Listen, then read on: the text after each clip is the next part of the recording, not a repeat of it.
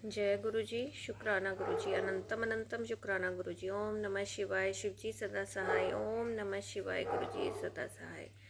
गुरु जी के चरणों में कोटि कोटि प्रणाम और सारी संगत को जय गुरु जी। संगत जी, कल हमने अध्याय 10 तक की समाप्ति कर ली है और गुरु जी की कृपा से आज हम अगला अध्याय पढ़ने जा रहे हैं। ये रुद्र संहिता खंड भाग 2 का हम 10 अध्याय कंप्लीट कर चुके हैं। अगला अध्याय पढ़ने जा रहे हैं। जय गुरु जी। ओम नमः शिवाय। शिव जी सदा सहाय। ओम नमः शिवाय। गुरु जी सदा सहाय। शुक्राना गुरु जी, शुक्राना। दक्ष की तपस्या और देवी शिवा का उन्हें वरदान देना। ओम नमः शिवाय।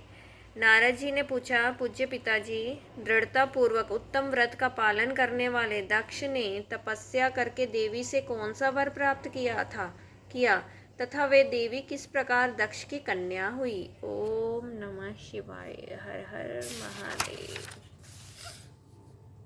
ब्रह्मा जी ने कहा, नारद तुम धन्य हो। इन सभी मुनियों के साथ भक्ति पूर्वक इस प्रसंग को सुनो। मेरी आज्ञा पाकर उत्तम बुद्धि वाले प्रजापति दक्ष ने क्षीर सागर के उत्तर तट पर स्थित हो देवी जगदम्बिका को पुत्री के रूप में प्राप्त करने की इच्छा तथा उनके प्रत्यक्ष दर्शन की कामना लिए उन्हें हृदय मंदिर में विराजमान करके तपस्या प्रारंभ की।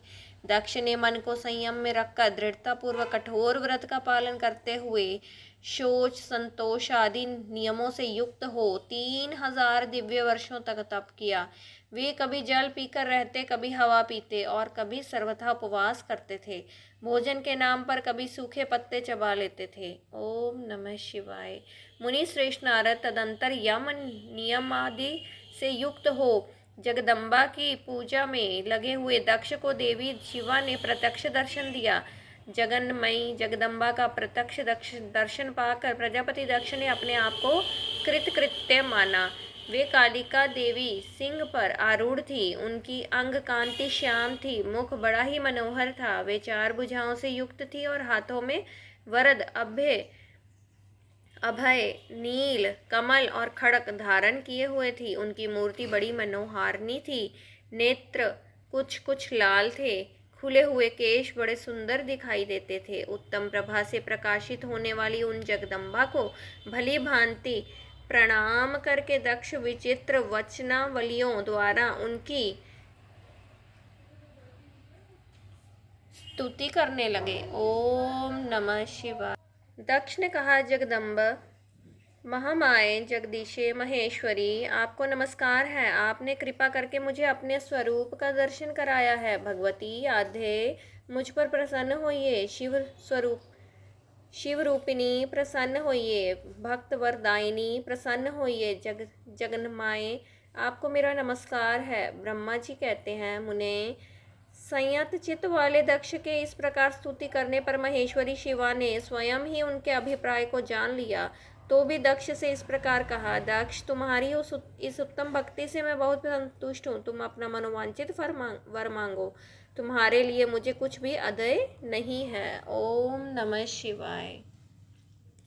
जगदम्बा की यह बात सुनकर प्रजापति दक्ष बहुत प्रसन्न हुए और उन शिवा को बारंबार प्रणाम करते हुए बोले। दक्ष ने कहा, जगदम्ब महामाए, यदि आप मुझे वर देने के लिए उद्यत हैं तो मेरी बात सुनिए और प्रसन्नता पूर्वक मेरी इच्छा पूर्ण कीजिए। मेरे स्वामी जो भगवान शिव हैं, वे रुद्र नाम धारण करके ब्रह्मा जी के पुत्र रूप से अवतीर्ण हुए हैं। वे परमात्मा शिव के पूर्ण अवतार हैं, परंतु आपका कोई अवतार नहीं हुआ। फिर उनकी पत्नी कौन होगी। अतः शिवे, आप भूतल पर अवतीर्ण होकर उन महेश्वर को अपने रूप लावण्य से मोहित कीजिए। देवी, आपके सिवा दूसरी कोई स्त्री रुद्रदेव को कोई कभी मोहित नहीं कर सकती, इसलिए आप मेरी पुत्री होकर इस समय महादेव जी की पत्नी होइए। इस प्रकार सुंदर लीला करके आप हर मोहिनी भगवान शिव को मोहित करने वाली बनिए। देवी, यही मेरे लिए वर है। यह केवल मेरे ही स्वार्थ की बात हो ऐसा नहीं सोचना चाहिए। इसमें मेरे ही साथ संपूर्ण जगत का भी हित है। ब्रह्मा विष्णु और शिव में से ब्रह्मा जी की प्रेरणा से मैं यहाँ आया हूँ। ओम नमः शिवाय। प्रजापति दक्ष का यह वचन सुनकर जगदम्बिका शिवा हंस पड़ी और मन ही मन भगवान शिव का स्मरण करके यूं बोली, देवी ने कहा, तात प्रजापति दक्ष, मेरी उत्तम बात सुनो। मैं सत्य कहती हूँ, तुम्हारी भक्ति से अत्यंत प्रसन्न हो तुम्हें संपूर्ण मनोवांछित वस्तु देने के लिए उद्यत हुई हूँ। दक्ष, यद्यपि मैं महेश्वरी हूँ, तथापि तुम्हारी भक्ति के अधीन हो तुम्हारी पत्नी के गर्भ से तुम्हारी पुत्री के रूप में अवतीर्ण होंगी, इसमें संशय नहीं है। अनग, मैं अत्यंत दुस्सह तपस्या करके ऐसा प्रयत्न करूंगी जिससे महादेव जी का वर पाकर उनकी पत्नी हो जाऊं। इसके सिवा और किसी उपाय से कार्य सिद्ध नहीं हो सकता, क्योंकि वे भगवान सदाशिव सर्वथा निर्विकार और ब्रह्मा और विष्णु के भी सेव्य हैं तथा नित्य परिपूर्ण रूप से ही हैं।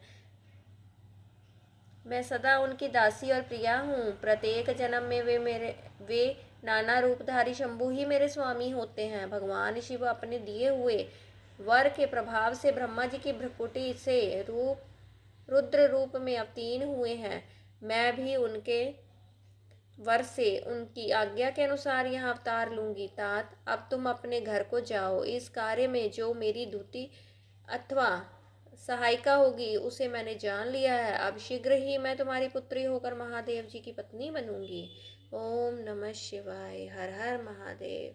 दक्ष से यह उत्तम वचन कहकर मन ही मन शिव की आज्ञा प्राप्त करके देवी शिवा ने शिव के चरण विंदों का चिंतन करते हुए फिर कहा, प्रजापते, परंतु मेरा एक प्रण है, उसे तुम्हें सदा मन में रखना चाहिए। मैं उस प्रण को सुना देती हूँ, तुम उसे सत्य समझो, मिथ्या न मानो।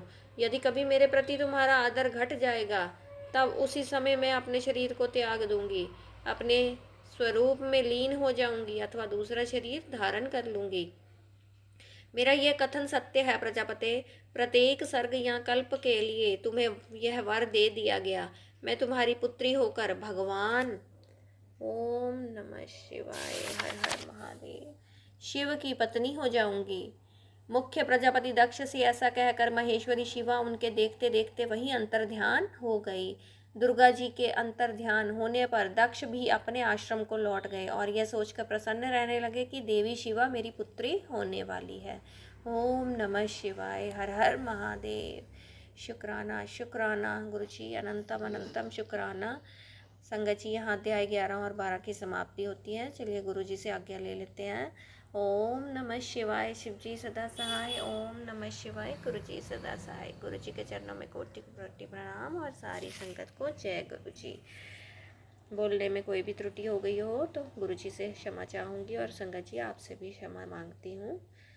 ओम नमः शिवाय। शिव जी सदा सहाय। ओम नमः शिवाय। गुरु जी सदा सहाय। जय गुरु जी। शुक्राना गुरु जी। अनंतम अनंतम शुक्राना गुरु जी। हर हर महादेव। जय गुरु जी। संगत जी जय गुरु जी।